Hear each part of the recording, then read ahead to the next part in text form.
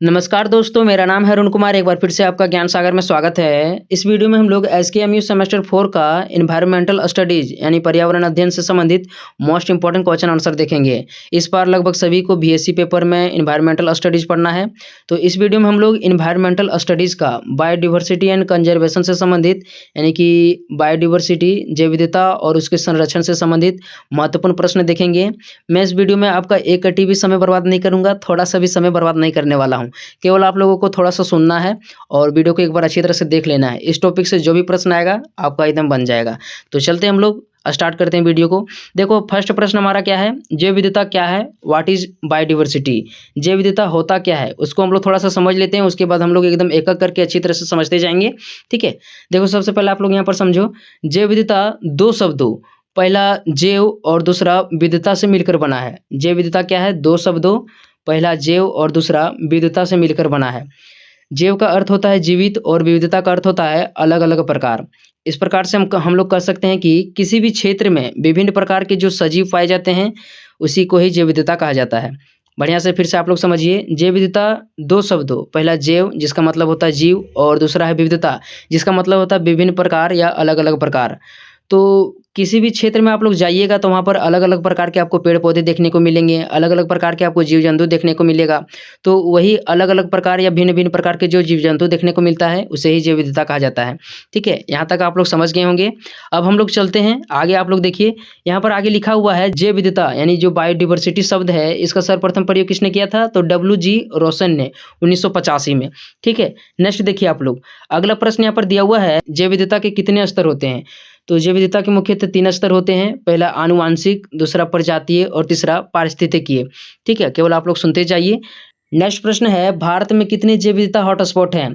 प्रश्न को फिर से आप लोग सुनिए। भारत में जैव विविधता के कितने हॉटस्पॉट क्षेत्र हैं? तो 4 हैं। पहला पश्चिमी घाट, दूसरा पूर्वी हिमालय, तीसरा सुंदरलैंड और चौथा भारत वर्मा क्षेत्र। इसके अलावा जो अंडमान निकोबार वाला जो क्षेत्र हो गया, यहाँ भी जैव विविधता पाया जाता है। तो मुख्य रूप से भारत में 4 प्रकार के जैव विविधता हॉटस्पॉट हैं। ठीक है? तो इसको समझ गए होंगे। नेक्स्ट देखिए, अगला प्रश्न यहाँ पर दिया हुआ है, एंडेमिक प्रजाति क्या है? एंडेमिक प्रजाति क्या होता है, इसको समझिए। तो जो केवल एक विशेष क्षेत्र में पाई जाती है, जो प्रजातियां केवल एक विशेष क्षेत्र में पाई जाती है, उसको एंडेमिक प्रजाति कहा जाता है। ठीक है? नेक्स्ट देखिए, नेक्स्ट प्रश्न है, भारत का राष्ट्रीय पशु कौन सा है? तो इसका आंसर हो जाएगा बंगाल टाइगर। जो बंगाल टाइगर है एक संकटग्रस्त प्रजाति है, यानी कि इनकी संख्या बहुत ही कम है। जो बंगाल टाइगर है ये मुख्य रूप से सुंदरबन में पाया जाता है। ठीक है? नेक्स्ट देखिए आप लोग, अगला यहाँ पर दिया हुआ है, IUCN का पूरा रूप क्या है? IUCN का फुल फॉर्म क्या हो जाएगा? International union for conservation of nature.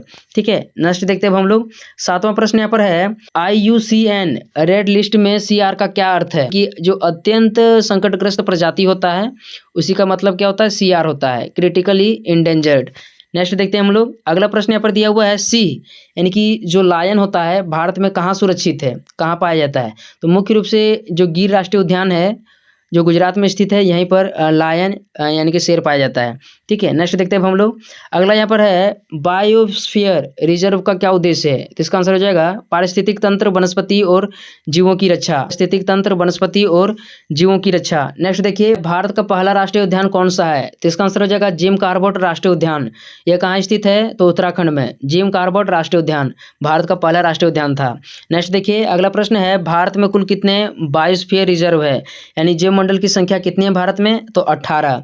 ठीक है? नेक्स्ट देखते हैं हम लोग, अगला प्रश्न यहाँ पर दिया हुआ है, इन सिटू संरक्षण का उदाहरण है। तो इसका आंसर हो जाएगा राष्ट्रीय उद्यान। पर सबसे पहले हम लोग इन सिटू कंजर्वेशन या इन सिटू संरक्षण को समझते हैं। देखो जो कोई भी प्रजाति होता है जो विलुप्त अवस्था में मतलब है या फिर संकटग्रस्त प्रजातियों की श्रेणी में आता है, उसको उसी के स्थान पर सुरक्षा प्रदान कर देना इन सिटू कंजर्वेशन कहलाता है। इसके अलावा क्या होता है, कोई कोई जो प्रजाति होता है या जो जीव जंतु होता है, उसको किसी दूसरे स्थान पर ले जाकर के सुरक्षा प्रदान किया जाता है, उसको एक्स सिटू कंजर्वेशन कहा जाता है।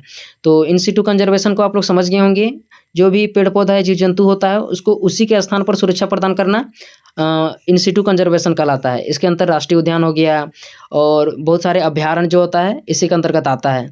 और जो एक्स सिटू कंजर्वेशन होता है, इसका मतलब क्या होता है, जो भी प्रजातियाँ होता है उसको दूसरे स्थान पर ले जा करके सुरक्षा प्रदान किया जाता है। ठीक है, यानी कि कोई भी शेर है, कोई स्थान पर सुरक्षित नहीं है, तो कोई भी चिड़ियाघर जो बनाया जाता है उसको वहाँ पर ला करके सुरक्षित रखा जाता है, इसको एक्स सिटू कंजर्वेशन कहा जाता है। तो इसका उदाहरण क्या हो जाएगा, चिड़ियाघर हो गया, फिर वनस्पति उद्यान हो गया। ठीक है, नेक्स्ट देखिए अगला यहाँ पर है, भारत का सबसे बड़ा बायोस्फीयर रिजर्व कौन सा है, यानी कि भारत का सबसे बड़ा जैव मंडल निश्चय कौन सा है उसको बताना है। तो इसका आंसर हो जाएगा सुंदर वन। ठीक है, भारत में कितने बायोस्फीयर रिजर्व है, तो 18 है। नेक्स्ट देखिए आप लोग, हॉटस्पॉट शब्द किसने दिया, तो इसका आंसर हो जाएगा नॉर्मन मायर्स। हॉटस्पॉट शब्द किसने दिया, नॉर्मन मायर्स। नेक्स्ट देखिए, भारत में संकटग्रस्त पक्षी है, तो कौन सा संकटग्रस्त पक्षी है, तो महान भारतीय बस्टर्ड, इसको देख लीजिएगा। नेक्स्ट देखते हैं हम लोग, 17 नंबर का प्रश्न है, जैव संकेतन प्रजाति का उदाहरण है, तो इसका आंसर हो जाएगा लाइकन। नेक्स्ट देखिए अगला यहाँ पर है, भारत में सबसे अधिक जैव विविधता कहाँ पाया जाता है, तो पूर्वोत्तर भारत में। भारत में सबसे अधिक जैव विविधता कहाँ पाया जाता है, तो पूर्वोत्तर भारत में। जो पूर्वोत्तर भारत वाले राज्य हैं यहीं पर सबसे अधिक जैव विविधता पाया जाता है। ठीक है, तो जो यहाँ पर हो गया असम, अरुणाचल प्रदेश, नागालैंड, त्रिपुरा, यहीं पर सबसे अधिक जैव विविधता पाया जाता है। नेक्स्ट देखिए अगला है, भारत का राष्ट्रीय पक्षी कौन सा है, तो इसका आंसर हो जाएगा मोर। सभी को पता होगा भारत का राष्ट्रीय पक्षी कौन सा है, मोर। नेक्स्ट देखिए अगला है, भारत में राष्ट्रीय उद्यानों की संख्या कितनी है, तो 106। भारत में राष्ट्रीय उद्यानों की संख्या कितनी है, 106। अगला देखिए, भारत में वन्य जीव अभ्यारण्य है, तो वन्य जीव अभ्यारण्यों की संख्या कितनी है, तो 564 है। ठीक है, 564। ठीक है, नेक्स्ट देखते हैं अब हम लोग, अगला प्रश्न यहाँ पर दिया हुआ है, रेड डाटा बुक प्रकाशित करने वाला संगठन है, तो यहाँ पर हम लोग फिर से समझते हैं रेड डाटा बुक क्या होता है। तो जो संकटग्रस्त प्रजातियों की श्रेणी में आता है उसको कौन लिस्टेड करता है, उसको संकटग्रस्त प्रजातियों में कौन रखता है, तो इसका आंसर हो जाएगा IUCN, यानी कि international union for conservation of nature. ठीक है, यही संगठन क्या करता है, जो भी प्रजाति संकटग्रस्त श्रेणी में आता है उसको लिस्टेड करता है, उसको नोट करके रखता है।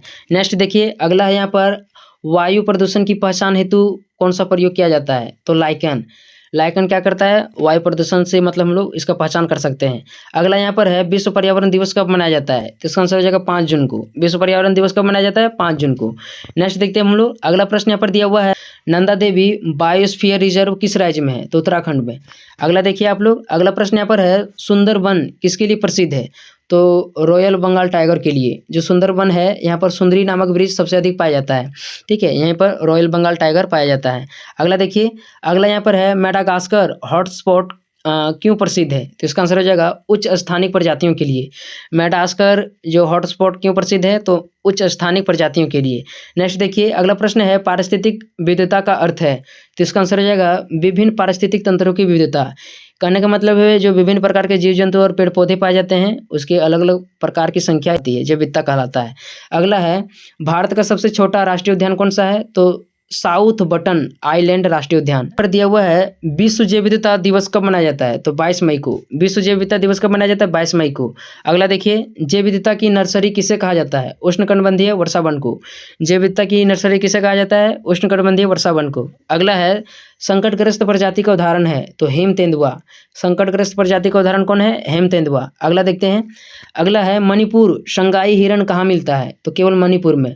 जो मणिपुर संगाई हिरण कहाँ मिलता है, तो केवल मणिपुर में। अगला देखिए, अगला यहाँ पर है, वन्य जीव संरक्षण अधिनियम भारत में कब बना, तो 1972 में। वन्य जीव संरक्षण अधिनियम भारत में कब बना, तो 1972 में। अगला देखते हैं हम लोग, नेक्स्ट प्रश्न है, भारत का पहला बायोस्फीयर रिजर्व कौन सा है, तो नीलगिरी। अगला देखते हैं हम लोग, भारत में वनस्पति उद्यान का उदाहरण है, तो इसका आंसर हो जाएगा Indian botanical garden Kolkata. Bharat में वनस्पति उद्यान का उदाहरण कौन है, Indian botanical garden Kolkata. Next देखो, फौना किससे संबंधित है, तो पशुओं से। फौना किससे संबंधित है, पशुओं से। अगला है, फ्लोरा किससे संबंधित है, पौधों से। फ्लोरा किससे संबंधित है, पौधों से। अगला है, भारत में पुष्पीय पौधों की संख्या कितनी है, तो लगभग 18,000 है। ठीक है, 18,000 है। पुष्पों की संख्या कितनी है, 18,000। नेक्स्ट देखते हैं, अगला यहाँ पर दिया हुआ है, विश्व का सबसे बड़ा जैव विविधता हॉटस्पॉट कौन सा है, तो अमेजन वर्षा वन। जो अमेजन वर्षा वन है यहाँ पर सबसे अधिक जैव विविधता पाया जाता है। अगला है, भारत का सबसे पुराना चिड़ियाघर है, तो इसका आंसर हो जाएगा चेन्नई। भारत का सबसे पुराना चिड़ियाघर कौन सा है, चेन्नई। नेक्स्ट प्रश्न दिया हुआ है, कौन सी नदी सुंदरबन रिजर्व से होकर गुजरती है, तो गंगा। कौन सी नदी सुंदरबन रिजर्व से होकर गुजरती है, गंगा। अगला प्रश्न यहाँ पर दिया हुआ है, भारत का राष्ट्रीय जलीय जीव कौन सा है, तो गंगा डॉल्फिन। भारत का राष्ट्रीय जलीय जीव कौन सा है, गंगा डॉल्फिन। नेक्स्ट देखते हैं हम लोग, अगला यहाँ पर दिया हुआ है, पारिस्थितिक शब्द का सर्वप्रथम प्रयोग किसने किया था, पारिस्थिति यानी कि इकोलॉजी शब्द का सर्वप्रथम प्रयोग किसने किया था? अर्नेस्ट हैकल ने। यहाँ पर हम लोग 2 से 3 बातों को ध्यान में रखेंगे। यहाँ पर आप लोग देखिएगा, हम लोग समझते हैं इकोलॉजी का मतलब होता है पारिस्थितिकी, और इस शब्द का सर्वप्रथम प्रयोग अर्नेस्ट हैकल ने 1866 में किया था। और दूसरा है इकोसिस्टम। इकोसिस्टम का मतलब होता है पारिस्थितिक तंत्र, और इस शब्द का सर्वप्रथम प्रयोग एजी टांसले ने 1935 में किया था। तो यहाँ पर मैंने 2 बातों को बताया है, आप लोग इसको अच्छी तरह से पढ़ लीजिएगा, एकदम पक्का भिड़ जाएगा।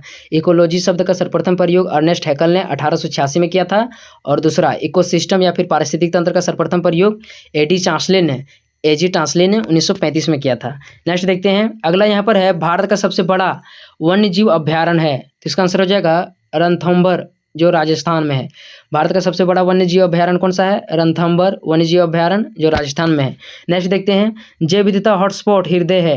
जैव विविधता हॉटस्पॉट हृदय कौन सा है? तो पश्चिमी घाट। ठीक है, इसको ध्यान में रखिएगा। नेक्स्ट देखते हैं हम लोग, अगला यहाँ पर है WWF का प्रतीक कौन सा जीव है? WWF का मतलब होता है world wide fund for nature. तो WWF का प्रतीक क्या होता है? तो पांडा। नेक्स्ट देखते हैं हम लोग, इन सिटू संरक्षण का मुख्य लाभ क्या है? तो प्राकृतिक आवास में संरक्षण। इन सिटू का मतलब क्या होता है? किसी भी पेड़ पौधे को उसी के घर में ही संरक्षण प्रदान करना। तो इसका आंसर हो जाएगा प्राकृतिक आवास में संरक्षण प्रदान किया जाता है। नेक्स्ट है, एक्स सिटू संरक्षण की मुख्य कमी क्या है? तो प्राकृतिक आवास में अलगाव। ठीक है, तो प्राकृतिक आवास जो होता है इस पर विनाश होता है, इस कारण से एक्स2 की संख्या बढ़ रही है। नेक्स्ट देखो आप लोग, काजीरंगा राष्ट्रीय उद्यान किसके लिए प्रसिद्ध है? तो एक सिंग वाले गैंडा के लिए।